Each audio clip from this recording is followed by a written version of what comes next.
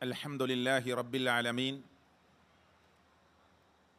വസ്സലാത്തു വസ്സലാമു അലാ റസൂലില്ലാഹ് വഅലാ ആലിഹി വസഹ്ബിഹി അജ്മഈൻ. ഇത്തഖുല്ലാഹ്. ബഹുമാന്യരായ പിതൃതുല്യരായ മാതൃതുല്യരായ രക്ഷിതാക്കളെ, ജ്യേഷ്ഠാനിയന്മാരെ, സഹോദരങ്ങളെ, സുഹൃത്തുക്കളെ, സ്റ്റേജിലും സദസ്സിലുമൊക്കെയായിരിക്കുന്ന പണ്ഡിതന്മാരെ, പ്രമുഖ വ്യക്തിത്വങ്ങളെ, ഡയലോഗ് 9.0 അതിൻ്റെ മനോഹരമായ ഒരു സദസ്സിലും സന്ദർഭത്തിലുമാണ് നാം ഇരിക്കുന്നത്. കേരളീയ ജനത എന്ന നിലക്ക് ഏറ്റവും വലിയ മാനവ സൗഹാർദ്ദത്തിൻ്റെ മുഖം സമൂഹത്തിൻ്റെ മുമ്പിൽ കാണിച്ചു കൊടുത്ത ഒരു പാരമ്പര്യത്തെ അവകാശപ്പെടുന്നവരാണ് നമ്മളെല്ലാവരും. അതങ്ങനെ നിലനിന്ന് പോവട്ടെ എന്ന് ആഗ്രഹിക്കുകയും പ്രാർത്ഥിക്കുകയും ചെയ്യുന്നവരാണ് നമ്മൾ. കേരളമെന്ന് പറയുന്ന നമ്മുടെ നാടിൻ്റെ ഉള്ളടക്കം ഒരിക്കലും വർഗീയമായിരുന്നില്ല. അങ്ങനെ ആവുകയില്ല, ആവാൻ സമ്മതിക്കുകയില്ല എന്ന ദൃഢപ്രതിജ്ഞയിലൂടെ മുന്നോട്ട് പോകുന്നവരാണ് നമ്മൾ ഓരോരുത്തരും. തൻ്റെ മതങ്ങളിലും തൻ്റെ വിശ്വാസത്തിലും തൻ്റെ ആചാര അനുഷ്ഠാനങ്ങളിലും ഉറച്ചു നിന്നുകൊണ്ട് തന്നെ ഒരു മാനവ മൈത്രി കെട്ടിപ്പടുത്ത് പാരമ്പര്യം കാണിച്ചു കൊടുത്തവരാണ് കേരളീയ ജനത എന്ന കാര്യത്തിൽ ആർക്കും തർക്കമില്ല. അതാണ് നമ്മുടെ ചരിത്രം, അതാണ് നമ്മുടെ പാരമ്പര്യം. കേരളമെന്ന് പറയുന്ന ഈ സുന്ദരമായ നാട്ടിലേക്ക് മഹാനായ മാലിക് ബിൻ ദിനാർ സംഘവും കടന്നു വന്നപ്പോൾ ഈ കേരളീയ ജനത അദ്ദേഹത്തെ സ്വീകരിച്ചത്, സംഘത്തെ സ്വീകരിച്ചത് മലയാളി മനസ്സുകളിൽ എന്നും തങ്ങി നിൽക്കുന്ന ഒരു സംസാര വിഷയമാണ്. എത്ര സൗഹൃദപരമായിട്ടാണ് അവരെ സ്വീകരിച്ചത്. അവർ നടത്തിയ ഇടപെടലുകളും ഇടപാടുകളും ക്രയവിക്രയങ്ങളുമൊക്കെ ഇവിടെ ഏറെ ചർച്ചാ വിഷയമായ ഒരു കാര്യമാണ്. മുസ്ലിം ഉമ്മത്ത് വളർന്നു വരുന്ന സമയത്ത് കേരളക്കരയിൽ മുസ്ലിങ്ങൾക്ക് അവരുടെ ആരാധനാകർമ്മങ്ങൾ, അനുഷ്ഠാനമുറകൾ നടത്തി മുന്നോട്ട് പോകാൻ ആരാധനാലയങ്ങൾ ആവശ്യമായി വന്ന സമയത്ത്, എന്ന് പറഞ്ഞാൽ മുസ്ലിം പള്ളികൾ ആവശ്യമായി വന്ന സമയത്ത് കേരളത്തിലെ ഹൈന്ദവ സഹോദരങ്ങൾ മുസ്ലിങ്ങൾക്ക് സ്ഥലം വിട്ടുകൊടുക്കുകയും അങ്ങനെ മുസ്ലിങ്ങൾക്ക് പള്ളികൾ കെട്ടാനുള്ള സഹായം ചെയ്തു കൊടുക്കുകയും ചെയ്തത് നമ്മുടെ രാജ്യത്തിൻ്റെ ആദ്യത്തെ പ്രധാനമന്ത്രി ജവഹർലാൽ നെഹ്റു ഒരു രാജ്യത്തല്ല, വിദേശ രാജ്യങ്ങളിൽ വ്യത്യസ്തമായ പര്യടനങ്ങൾക്കിടയിൽ എൻ്റെ രാജ്യത്തിലെ കൊച്ചു സ്റ്റേറ്റാകുന്ന കേരളമെന്ന് പറയുന്ന നാട്ടിൽ അവിടുത്തെ മുസ്ലിങ്ങളുടെ ആരാധനാലയങ്ങൾ ആദ്യ സമയങ്ങളിൽ കെട്ടിപ്പടുത്തു കൊടുക്കുന്നതിൽ ഹൈന്ദവർ സഹായിച്ചതിനെ കേരളത്തിൻ്റെ സൗഹൃദമുഖത്തെയും രാജ്യത്തിൻ്റെ സൗഹൃദമുഖത്തെയും മനുഷ്യത്വത്തെയും വിളിച്ചോതുന്നതാണ് എന്നറിയിച്ചുകൊണ്ട് വിദേശ രാജ്യങ്ങളിൽ സംസാരിക്കുന്നത് ആദ്യകാല അദ്ദേഹത്തിൻ്റെ സംസാരത്തിൻ്റെ റിപ്പോർട്ടുകളും രേഖകളും എടുത്ത് പരിശോധിച്ചാൽ നമുക്ക് കാണാൻ സാധിക്കും. ബ്രിട്ടീഷുകാർ ഈ രാജ്യത്തെ അവരുടെ കോളനിയാക്കി വെക്കാൻ പരിശ്രമം നടത്തിക്കൊണ്ടേയിരിക്കുന്ന സമയത്ത് ഇന്ത്യ രാജ്യമൊട്ടാകെ, കേരളക്കരയിൽ പ്രത്യേകിച്ച്, പ്രിയപ്പെട്ടവരെ, ആ ബ്രിട്ടീഷ് പ്രഭുക്കന്മാരുടെ കരാളഹസ്തങ്ങളിൽ അമർന്നു പോകാൻ സാധ്യതയുള്ള സമയത്ത്, അവരുടെ ബുട്ടിനടിയിൽ കടന്നമർന്നു പോകുമെന്ന് വിചാരിക്കുന്ന സമയത്ത് ഇവിടുത്തെ ഹൈന്ദവരും ക്രൈസ്തവരും മുസ്ലിങ്ങളും എല്ലാവരും തോളോട് തോൾ ചേർന്ന് നിന്ന് ഒരുമിച്ചു നിന്ന് ഈ രാജ്യത്തിൻ്റെ സ്വാതന്ത്ര്യത്തിന് വേണ്ടി പടപൊരുതിയ ചരിത്രമാണ് നമുക്ക് പറയാനുള്ളത്, അല്ലേ? അതിന് എത്ര ഉദാഹരണങ്ങളാണ്, എത്ര സംവിധാനങ്ങളാണ് നമ്മുടെ മനസ്സുകളിലൂടെ കടന്നു പോകുന്നത്. ഒന്നും വേണ്ട, കോഴിക്കോട് മാതൃഭൂമിയുടെ പത്രാധിപരായ KP കേശവമേനോൻ എന്ന് പറയുന്ന അദ്ദേഹത്തിൻ്റെ സംസാരങ്ങളിലും എടുത്തുകുത്തുകളിലും ഒരു കാര്യം പ്രത്യേകം എടുത്തുദ്ധരിക്കുന്നുണ്ട്. എന്താണ് ആ പ്രത്യേക സംഭവം? മുഹമ്മദ് അബ്ദുറഹ്മാൻ സാഹിബ് എന്ന് പറയുന്ന KP കേശവമേനോന്റെ സന്തത സഹചാരിയായി കൂടെ നടന്നിരുന്ന ആ സമയത്ത് കോഴിക്കോട് പട്ടാളപ്പള്ളിയുടെ പരിസരത്ത് മീറ്റിംഗ് നടക്കുമ്പോൾ, പള്ളിയിൽ നിന്ന് ബാങ്കൊലി ഉയരുമ്പോൾ, നമസ്കാരത്തിന് സമയമായി എന്ന അറിയിപ്പ് വരുമ്പോൾ KP കേശവമേനോൻ എന്ന് പറയുന്ന ആ യോഗത്തിൻ്റെ അധ്യക്ഷൻ പറയുന്നു, ഇവിടെ പള്ളിയിലേക്ക് പോകേണ്ടവരുണ്ട്, നമസ്കാരത്തിന് വേണ്ടി നിർത്തുകയല്ല മീറ്റിംഗ്. പ്രത്യേകിച്ച് മുഹമ്മദ് അബ്ദുറഹ്മാൻ സാഹിബിൻ്റെ പേരെടുത്തു പറഞ്ഞിട്ട് പറയുന്നു, അദ്ദേഹം പോയി പള്ളിയിൽ ചെന്ന് നമസ്കരിച്ചു വരട്ടെ, എന്നിട്ട് നമുക്ക് മീറ്റിംഗ് തുടരാമെന്ന് പറഞ്ഞ് നമസ്കാരം കഴിയുന്നതുവരെ ആ മീറ്റിംഗ് അവസാനിപ്പിച്ച് അദ്ദേഹത്തിൻ്റെ അഭിപ്രായങ്ങൾക്ക് വിലയുണ്ട്, അദ്ദേഹം തിരിച്ചു വരട്ടെ, അതുപോലെയുള്ളവർ തിരിച്ചു വരട്ടെ എന്ന് പറഞ്ഞ് കാത്തിരിക്കുന്ന പാരമ്പര്യമാണ് കേരളത്തിൻ്റെ മുൻകാല ചരിത്രത്തിൽ എനിക്കും നിങ്ങൾക്കും വായിക്കാൻ സാധിക്കുന്നത്. KM മൗലവിയും ഈ മൊയ്തു മൗലവിയും ഒക്കെയായി ഈ പറയപ്പെട്ട KP കേശവമേനോനെ പോലെയുള്ള വ്യത്യസ്തമായ പത്രാധിപരും രാഷ്ട്രീയ നേതാക്കന്മാരുമൊക്കെ വെച്ച് പുലർത്തിയ സമീപനങ്ങളും സൗഹൃദങ്ങളും, അവരുടെ മതത്തെ അംഗീകരിച്ചുകൊണ്ട്, അവരുടെ വിശ്വാസത്തെ അംഗീകരിച്ചുകൊണ്ട്, അവരുടെ ആചാരങ്ങളെ അംഗീകരിച്ചുകൊണ്ട് അവർക്കതിനു വേണ്ടി സമയം ചെലവഴിച്ചു കൊടുക്കുന്ന, അതിനുവേണ്ടി സമയം നീക്കിക്കൊടുക്കുന്ന പാരമ്പര്യമാണ് പ്രിയപ്പെട്ടവരെ കേരളത്തിൻ്റെ പാരമ്പര്യമായി ഞാനും നിങ്ങളുമൊക്കെ വായിക്കുന്നത്. അതുകൊണ്ട് തന്നെ വർഗീയവാദികൾക്ക് കുടിയിരിക്കാൻ ഈ കേരളക്കര ഒരിക്കലും വിട്ടുകൊടുക്കുകയില്ല എന്ന അർത്ഥത്തിലുള്ള മതേതരത്വ ബോധത്തോടു കൂടിയുള്ള ഒരു മുന്നോട്ടുള്ള നീക്കമായിരുന്നു കേരളീയ ജനതയിൽ എന്നും നമ്മൾ കണ്ടിട്ടുള്ളത്, ഇന്നും കണ്ടുകൊണ്ടിരിക്കുന്നത്. ഇൻഷാ അല്ലാഹ് ഇനിയും അതാണ് തുടരേണ്ടത്. അതിനുവേണ്ടിയാണ് ഈ പറയപ്പെടുന്ന രീതിയിലുള്ള ഈ ഡയലോഗ് പോലെയുള്ള പരിപാടികൾ നമ്മൾ സംഘടിപ്പിച്ചുകൊണ്ടിരിക്കുന്നത് എന്ന് പ്രത്യേകമായി നമ്മൾ മനസ്സിലാക്കേണ്ടതുണ്ട്. മാത്രമല്ല, കോഴിക്കോട് സാമൂതിരി രാജാവിൻ്റെ ചരിത്രത്തിലേക്ക് നിങ്ങൾ പോയി നോക്കൂ. സൂചനാത്മകമായ സംസാരങ്ങൾ നടത്തിപ്പോകാൻ മാത്രമേ നമ്മുടെ മുമ്പിൽ സമയമുള്ളൂ. സാമൂതിരി രാജാവ് കോഴിക്കോട് അദ്ദേഹത്തിൻ്റെ ആ വസതിയിൽ കൊട്ടാരത്തിൽ ഇരിക്കവേ ടിപ്പു സുൽത്താനിൻ്റെ ഉപ്പയാകുന്ന ഹൈദർ അലി ഖാൻ അങ്ങോട്ട് കടന്നു വരുന്നുണ്ട് എന്നറിഞ്ഞപ്പോൾ ഈ രാജ്യം അദ്ദേഹം കൈയടക്കാൻ, ഈ പ്രദേശം അദ്ദേഹം കൈയടക്കാൻ വരുന്നു എന്ന് അവിടുത്തെ ആളുകൾക്ക് തോന്നി. അവിടുത്തെ മുസ്ലിങ്ങൾ സാമൂതിരി രാജാവിൻ്റെ കൊട്ടാരത്തിലേക്ക് ഓടിച്ചെല്ലുകയും സാമൂതിരി രാജാവിനോട് മുസ്ലിങ്ങൾ പറയുന്ന വാക്കുണ്ട്, ഹൈദർ അലി ഖാൻ ഈ നാട് പിടിച്ചെടുക്കാനാണ് വരുന്നതെങ്കിൽ നിങ്ങൾക്ക് ചുറ്റും ഞങ്ങൾ നിന്നുകൊണ്ട് നിങ്ങൾക്ക് പ്രൊട്ടക്ഷൻ തരാൻ ഞങ്ങൾ റെഡിയാണ് എന്ന് പറയുന്ന സാമൂതിരി രാജാവിൻ്റെ കൂടെ മുസ്ലിങ്ങൾ നിൽക്കുകയും, പ്രിയപ്പെട്ടവരെ, ഹൈദർ അലി ഖാൻ ഞാൻ വന്ന ലക്ഷ്യം അതൊന്നുമല്ല എന്ന് പിന്നീട് വിശദീകരിക്കുകയൊക്കെ ചെയ്യുന്ന രംഗങ്ങൾ നമുക്ക് ചരിത്രത്തിൽ കാണാൻ സാധിക്കും. അവിടെ ഞാനിതെടുത്തുദ്ധരിച്ചത് സാമൂതിരി രാജാവിൻ്റെ മുന്നിലേക്ക് ചെല്ലുന്ന മുസ്ലിങ്ങൾ, പ്രിയപ്പെട്ടവരെ, അദ്ദേഹത്തോട് നടത്തുന്ന സമീപനം, അദ്ദേഹം തിരിച്ച് ഈ സമൂഹത്തോട് കാണിക്കുന്ന സമീപനങ്ങൾ, അതൊക്കെ നമ്മൾ ചരിത്രത്തിൽ നിന്ന് വായിക്കേണ്ടവരും കേൾക്കേണ്ടവരുമാണ് എന്ന് പറയാനാണ് ഞാൻ ഈ കാര്യം ഓർമ്മപ്പെടുത്തിയിട്ടുള്ളത്.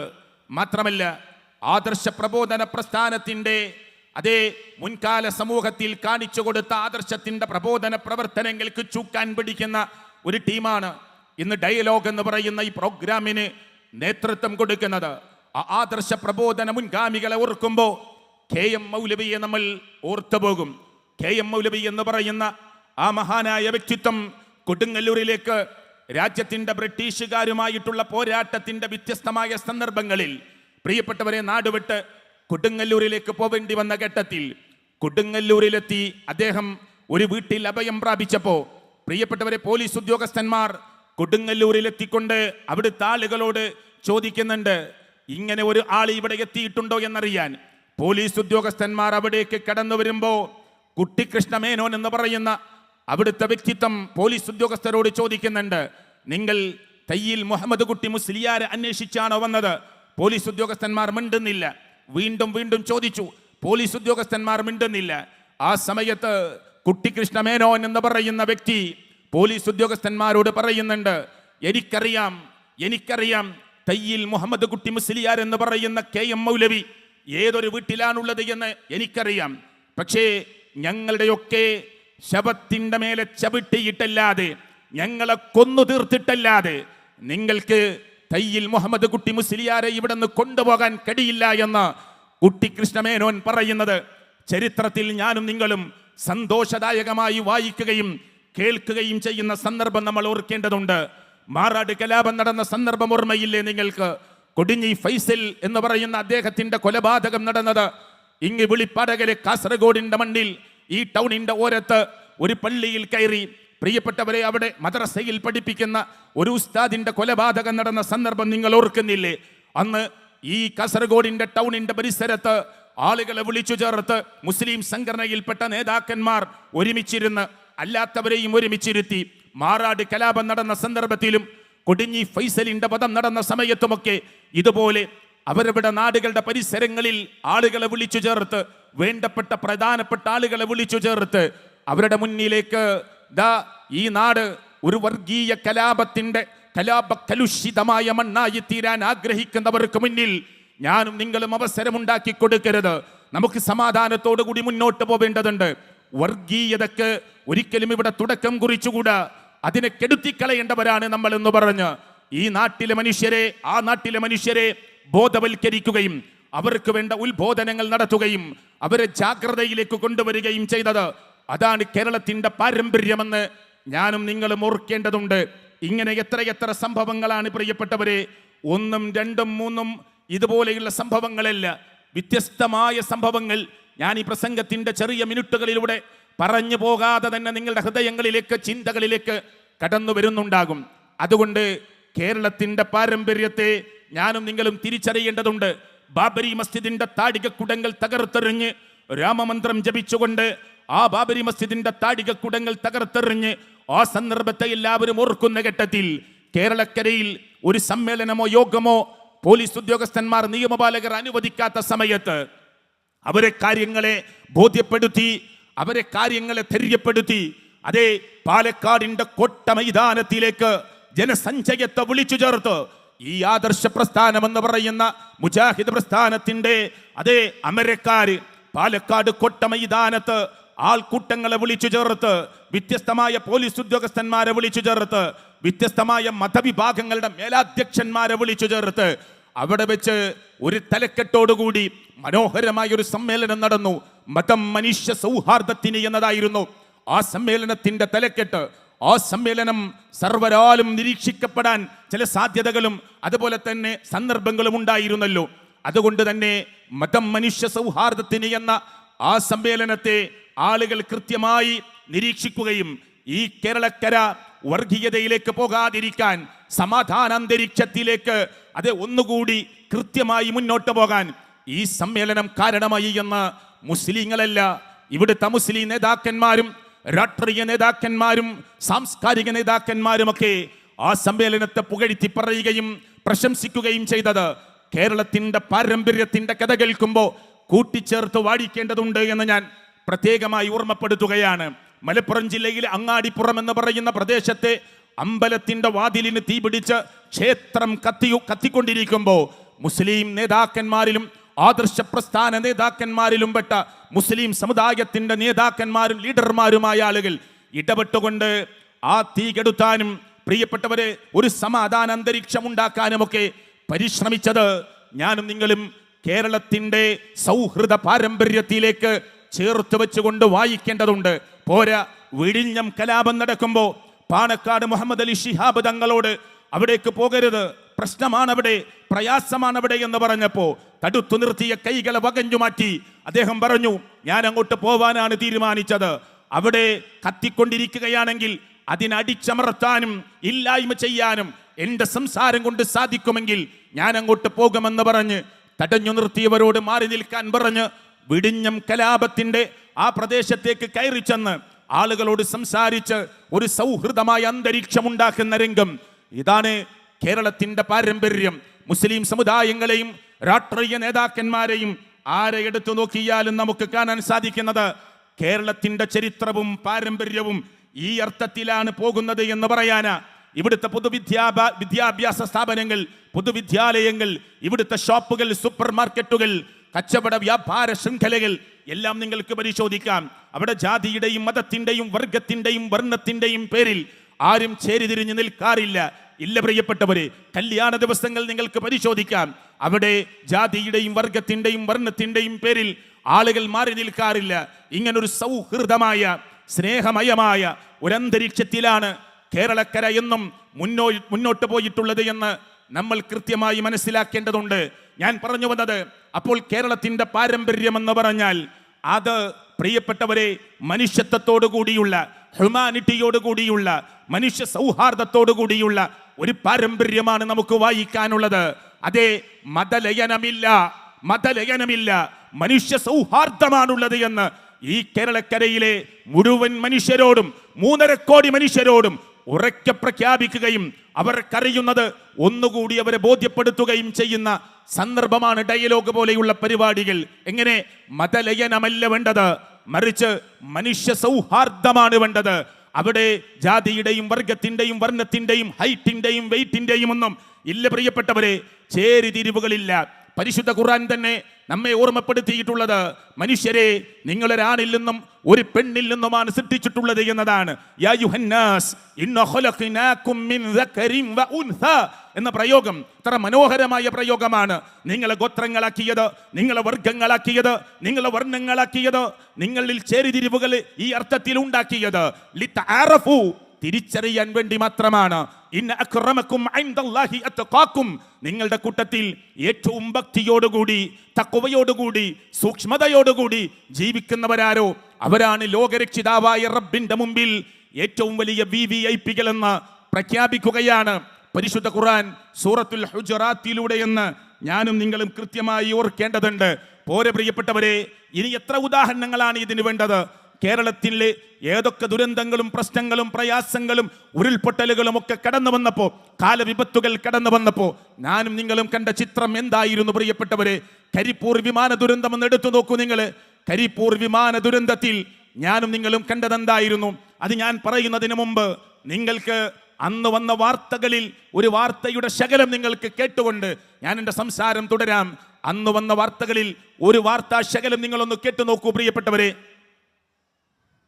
സംസ്ഥാനം കണ്ട ഏറ്റവും വലിയ വിമാന ദുരന്തത്തെ കൈമേയ് മറന്നാണ് കേരളം മറികടന്നത്. ആശുപത്രികൾക്ക് മുൻപിൽ രാത്രി വൈകിയും രക്തം നൽകാൻ വരി നിന്നവരുടെ ചിത്രങ്ങൾ വ്യക്തമാക്കുന്നത് ഒരു പകർച്ചവ്യാധിക്കും തളർത്താനാകാത്ത മലയാളിയുടെ മനുഷ്യത്വമാണ്. ഞങ്ങൾ കൊണ്ടോട്ടിയിലായിരുന്നു. അപ്പോഴേ ശബ്ദം കേട്ടിട്ട് ഞങ്ങൾ വന്നത്. പ്രദേശത്തുള്ള മുഴുവൻ ആളുകൾ അവരുടെ കയ്യിലുണ്ടായിരുന്ന എല്ലാ വാഹനങ്ങളും ഒരു ഓട്ടോറിക്ഷ വരെ ആളുകൾ കയറ്റിക്കൊണ്ടുവന്ന സാഹചര്യം ഉണ്ടായത്.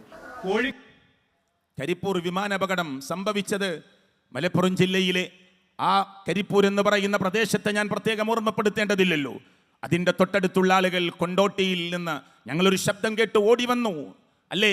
ആ കരിപ്പൂരിൻ്റെ പരിസര പ്രദേശത്തുള്ള വീടുകളിൽ നിർത്തിയിട്ട വാഹനങ്ങൾ മുഴുവനും എയർപോർട്ടിൻ്റെ റൺവേയുടെ ആ ചാരത്തേക്ക് ചീറിപ്പാഞ്ഞ് കടന്നു വരികയാണ് ആണ് പ്രിയപ്പെട്ടവരെ.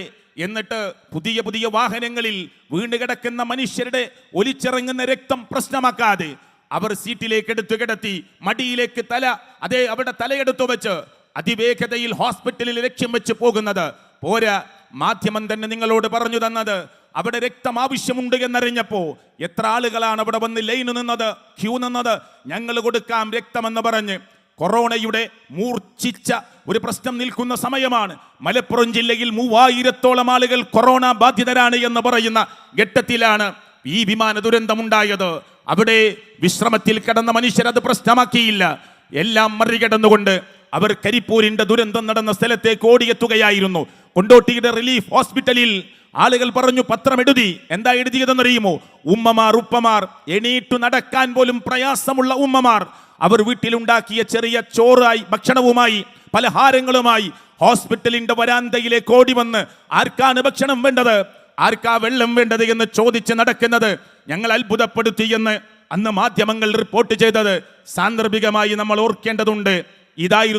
ഇതാണ് കേരളത്തിന്റെ ചിത്രം, ഇതാണ് കേരളത്തിന്റെ ചരിത്രം, അല്ലേ പ്രിയപ്പെട്ടവരെ? അതിനെ ഒരിക്കലും മുറിച്ചു മാറ്റാൻ നമുക്ക് സമ്മതിക്കാൻ പറ്റുകയില്ല, സമ്മതിച്ചുകൂടാ. ആ അന്തരീക്ഷത്തിൽ തന്നെ ഈ സൗഹൃദ അന്തരീക്ഷം മുന്നോട്ട് പോകേണ്ടതുണ്ട് എന്ന് പ്രത്യേകമായി ഓർമ്മപ്പെടുത്തുകയാണ്. കവളപ്പാറ എന്ന് പറയുന്ന നിലമ്പൂരിനടുത്ത് മണ്ണിടിച്ചിലുണ്ടായി ഒരുപാട് മനുഷ്യർ മരണപ്പെട്ടു പോയ സന്ദർഭത്തിൽ കവളപ്പാറയിലെ ആളുകൾക്ക് വേണ്ടി സഹായമെത്തിക്കാൻ കേരളത്തിലെ മനുഷ്യർ ജാതി നോക്കിയോ, മതം നോക്കിയോ, വർഗം നോക്കിയോ, സംഘടന നോക്കിയോ? ആരും നോക്കിയില്ല. അവിടുന്ന് കിട്ടിയ മനുഷ്യരുടെ ശരീരത്തിൽ ചെളി പുരണ്ട് കിടക്കുന്ന മനുഷ്യരുടെ ശരീരം കയ്യിലൊരു ഗ്ലൗസ് പോലും ഇടാതെ കഴുകി വൃത്തിയാക്കി പോസ്റ്റ്മോർട്ടത്തിന് വേണ്ടി പ്രിയപ്പെട്ടവരെ ഒരുക്കി വെച്ച ടാബിളിലേക്ക് കൊണ്ടുകൊടുക്കാൻ അവിടുത്തെ സ്ത്രീകളും പുരുഷന്മാരും മടിച്ചു നിന്നില്ല. അവിടുത്തെ പള്ളിയും അവിടുത്തെ മദ്രസകളുമൊക്കെ അവിടുത്തെ ഈ രംഗത്ത് പ്രവർത്തിക്കാൻ ആവശ്യമായ സഹായത്തിനാവശ്യമായ സെന്ററുകളായി തുറന്നു കൊടുക്കുന്ന മനോഹരമായ കാഴ്ചയാണ് ഞാനും നിങ്ങളും കണ്ടിട്ടുണ്ടായിരുന്നത്.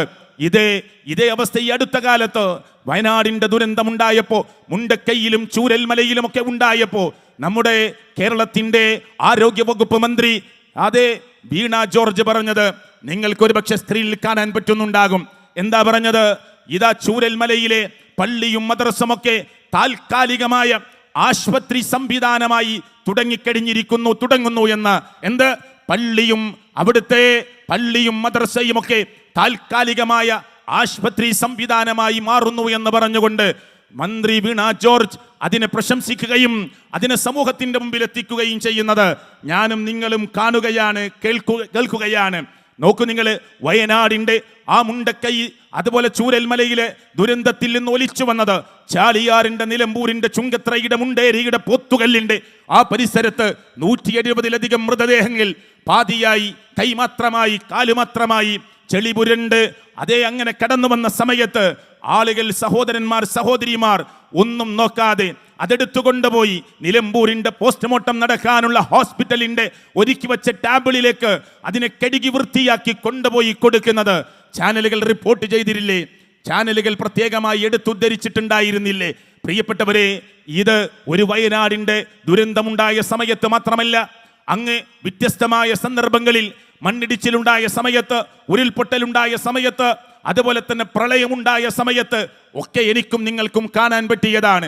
ഒരേ സ്കൂളിന്റെ ഹാളിൽ ഒരുമിച്ച് കൂടുകയും ഒരേ പാത്രത്തിൽ നിന്ന് ഭക്ഷണം കഴിക്കാൻ റെഡിയാവുകയും ഒരുമിച്ചിരുന്ന് സംസാരിക്കുകയും ബാങ്കിന്റെ സമയമാകുമ്പോൾ മറ്റൊരു ക്ലാസ് റൂം അവർക്ക് വേണ്ടി മാറ്റിക്കൊടുത്ത് നമസ്കരിക്കാൻ സൗകര്യം കൊടുക്കുകയും ഒക്കെ ചെയ്യുന്ന മനോഹരമായ സൗഹൃദത്തിന്റെ കാഴ്ചകളാണ് എനിക്കും നിങ്ങൾക്കുമൊക്കെ ഈ സന്ദർഭത്തിൽ കാണാൻ കഴിഞ്ഞിട്ടുള്ളത് എന്നതാണ്.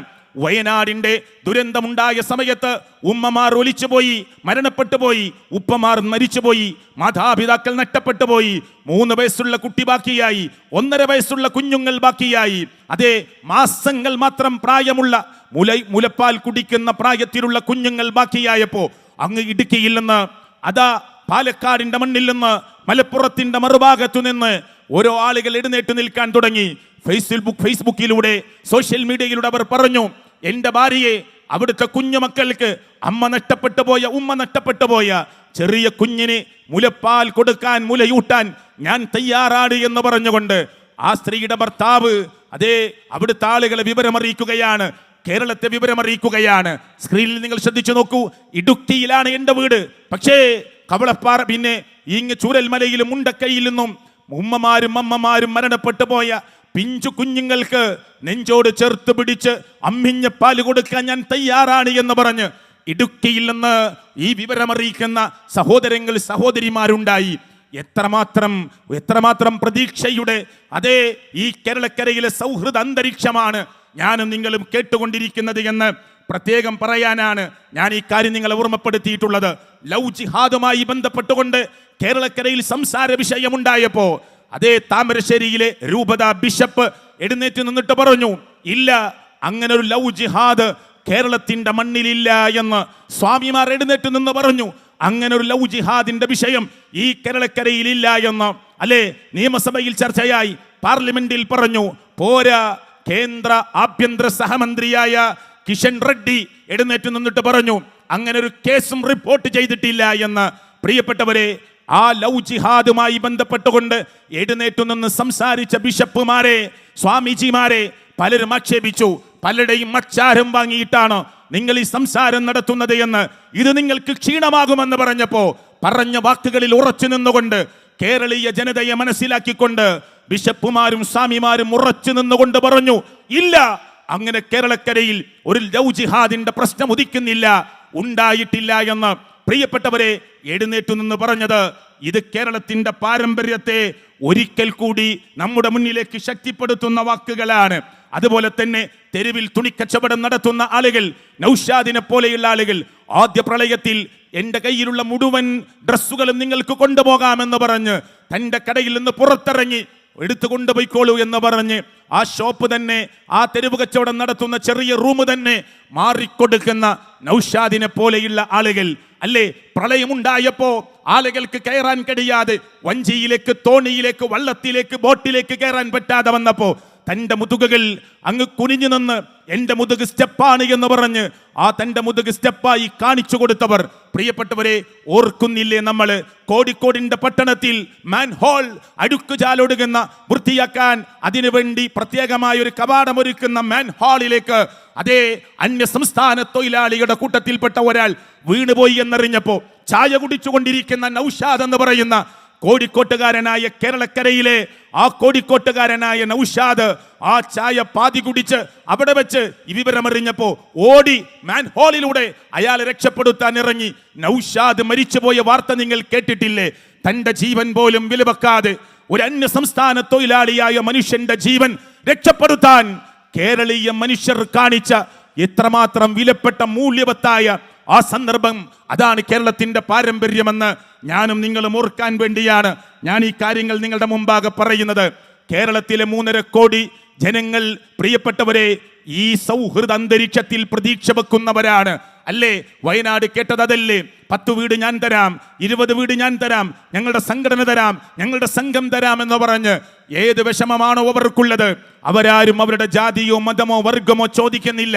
കോടികൾ അങ്ങോട്ട് തരാമെന്ന് പറയുന്നവർ ഏത് വിഭാഗത്തിന് എന്ന് പറയുന്നില്ല. അവിടെ വേദന അനുഭവിച്ചവർ, മരിച്ചുപോയ മനുഷ്യരുടെ ബാക്കി കുടുംബാംഗങ്ങളായി ജീവിച്ചിരിക്കുന്നവർക്ക് കരകയറാൻ വേണ്ട മാർഗങ്ങൾ അവലംബിക്കുന്നതിന് വേണ്ടി അവരെ സഹായിക്കാൻ, അവരുടെ സംവിധാനങ്ങൾ ഒരുക്കാൻ അവർ തയ്യാറാവുകയായിരുന്നു. ഞാനും നിങ്ങളും കണ്ട ചിത്രം. എന്തിനാണ് പ്രിയപ്പെട്ടവരെ ഈ കാര്യം ഞാൻ നിങ്ങളുടെ മുമ്പാകെ വെച്ചത്? ഈ സൗഹൃദമായ, ഈ വാത്സല്യത്തോടു കൂടിയുള്ള, അതെ, മുതിർന്നവരെ ആദരിച്ചുകൊണ്ടുള്ള, ചെറിയവരോട് കരുണ കാണിച്ചുകൊണ്ടുള്ള പോരാ, ഈ നാട്ടിലെ മനുഷ്യരെ മനുഷ്യരായി കാണുന്ന, മതത്തിന്റെയും ആചാരത്തിന്റെയും അനുഷ്ഠാനത്തിന്റെയും ഒക്കെ ചിട്ടയും കൃത്യനിഷ്ഠയും ഓരോരുത്തരും വെച്ചു പുലർത്തുമ്പോൾ തന്നെ അപ്പുറത്തു നിൽക്കുന്ന മനുഷ്യനെയും അപ്പുറം നിൽക്കുന്ന മതവിശ്വാസിയെയും പരിഗണിച്ചുകൊണ്ടും, അതേ, കൃത്യമായി പരിഗണിച്ചുകൊണ്ട് തന്നെ നമ്മുടെ വിശ്വാസത്തിൽ അടിയറവെക്കാതെ, നമ്മുടെ ആചാരാനുഷ്ഠാനങ്ങൾ ആർക്കു മുമ്പിലും പണയം വെക്കാതെ ഒരു സൗഹൃദ അന്തരീക്ഷത്തിൽ മുന്നോട്ട് പോയ ഈ കേരളക്കര ഇനിയും ഇങ്ങനെ തുടരേണ്ടതുണ്ട്. അബ്ദുറഹീം എന്ന് പറയുന്ന മനുഷ്യൻ അങ്ങ് ജയിലറകളിലാണ് എന്ന് പറഞ്ഞപ്പോ ആരാണതിന്? പലരും ഇങ്ങനെ സോഷ്യൽ മീഡിയയിലൂടെ പുറത്തു വന്നപ്പോ, പ്രിയപ്പെട്ടവരെ, ബോച്ചെ എന്നൊക്കെ പറഞ്ഞ് പേര് വിളിക്കുന്ന അങ്ങനെ ഒരുപാട് മനുഷ്യർ, വ്യത്യസ്ത മതങ്ങളിൽപ്പെട്ടവർ എഴുന്നേറ്റ് വന്ന് നമുക്കവരെ രക്ഷപ്പെടുത്തണമെന്ന് പറഞ്ഞ് 34 കോടി രൂപ കേരളീയ ജനതയോട് ചോദിച്ചപ്പോ എത്ര ദിവസങ്ങൾ, ചെറിയ ദിവസങ്ങൾക്കുള്ളിലാണ് പ്രിയപ്പെട്ടവരെ 34 കോടി രൂപയും റെഡിയായി എന്ന വിവരം ആ അബ്ദുറഹീം എന്ന് പറയുന്ന മനുഷ്യൻ അറിയിക്കുകയും ആ ഉമ്മയുടെ കണ്ണുനീർ തുടച്ചു കൊടുത്തുകൊണ്ട് നിങ്ങൾ പ്രതീക്ഷ വെക്കാം, ലോകത്തിന്റെ രക്ഷിതാവായ റബ്ബിനോട് പ്രാർത്ഥിക്കൂ എന്ന് പറഞ്ഞ് ആ സഹായത്തിലേക്ക് ചെറുതും വലുതുമായ സംഖ്യകൾ നിക്ഷേപിച്ചവർ ജാതിയും മതവും വർഗവും വർണ്ണവും നോക്കിയോ? ഇതാണ് കേരളത്തിന്റെ മനുഷ്യത്വം, ഇതാണ് കേരളത്തിന്റെ ഏറ്റവും സുന്ദരമായ മുഖമെന്ന് ഈ പാരമ്പര്യത്തെ അറിയാൻ വേണ്ടിയാണ്. തമിഴ്നാട്ടിൽ ഇതുപോലൊരു മനുഷ്യന്റെ പ്രശ്നമുണ്ടായപ്പോ, ജയിലിൽ കിടക്കുന്ന പ്രശ്നമുണ്ടായപ്പോ അവർക്ക് എമൗണ്ടായി അടക്കേണ്ട തുക തമിഴ്നാട്ടിലെ ഒരു കുടുംബം കേരളത്തിലേക്ക് വരികയാണ്. പാണക്കാട് വന്ന മുനവ്വർ അലി ശിഹാബ് തങ്ങളെ കണ്ടിട്ട് പറഞ്ഞു, ഞങ്ങൾക്ക് പണമടക്കാൻ ഞങ്ങളുടെ കയ്യിൽ കാശില്ല, അതുകൊണ്ട് ഞങ്ങളെ സഹായിക്കണേ എന്ന് പറഞ്ഞ് കേരളത്തിന്റെ പുറം നിൽക്കുന്ന സ്റ്റേറ്റുകളിൽ നിന്ന് ഈ കേരളത്തിന്റെ മാനവികതയെ കണ്ടിട്ട്, ഈ കേരളത്തിന്റെ സൗഹൃദ മുഖത്തെ കണ്ടിട്ട്, ഈ കേരളത്തിന്റെ മനുഷ്യത്വത്തെ കണ്ടിട്ട്, ഹ്യൂമാനിറ്റിയെ കണ്ടിട്ട്, മുറൂഇയത്തിനെ കണ്ടിട്ട് ഇവിടുത്തെ മുസ്ലിം രാഷ്ട്രീയ നേതാക്കന്മാർക്ക് മുൻപിൽ, അതേ, മതപ്രസ്ഥാനങ്ങൾക്ക് മുന്നിൽ കേരളത്തിനപ്പുറത്ത് നിൽക്കുന്ന ആളുകൾ പോലും പ്രിയപ്പെട്ടവരെ വന്ന് ഞങ്ങളുടെ ഈ വിഷയത്തിൽ പരിഹാരമുണ്ടാക്കി തരണമെന്ന് പറയുന്നത് ഞാനും നിങ്ങളും കേട്ടതും കണ്ടതുമാണ്. അതുകൊണ്ട് തന്നെ ഞാൻ എൻ്റെ വാക്കുകൾ അവസാനിപ്പിക്കുമ്പോൾ ഒരിക്കൽ കൂടി പറയട്ടെ, ഈ സുന്ദരമായ ഈ കേരള അന്തരീക്ഷം ഒരിക്കൽ കൂടി ഞാൻ ആവർത്തിക്കുന്നു.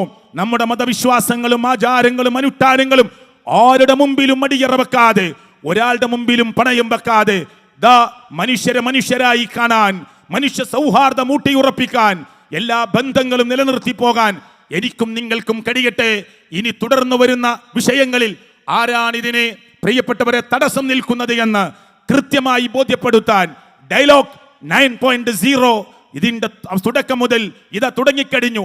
അവസാനത്തെ നിമിഷം വരെ നിങ്ങൾ കാതുകൾ കൂർപ്പിച്ച് കേൾക്കണേ എന്ന് നിങ്ങളോട് റിക്വസ്റ്റ് ചെയ്തുകൊണ്ട്, അപേക്ഷിച്ചുകൊണ്ട് ഞാൻ എൻ്റെ വാക്കുകൾ അവസാനിപ്പിക്കുന്നു. റബ്ബന അത്തിന ഫിദ്ദുനിയ ഹസന വഫിൽ ആഖിറതി ഹസനതൻ വഖിനാ അദാബന്നാർ.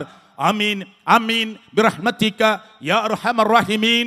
അസ്സലാമു അലൈക്കും വറഹ്മത്തുള്ളാഹി വബറകാതുഹു.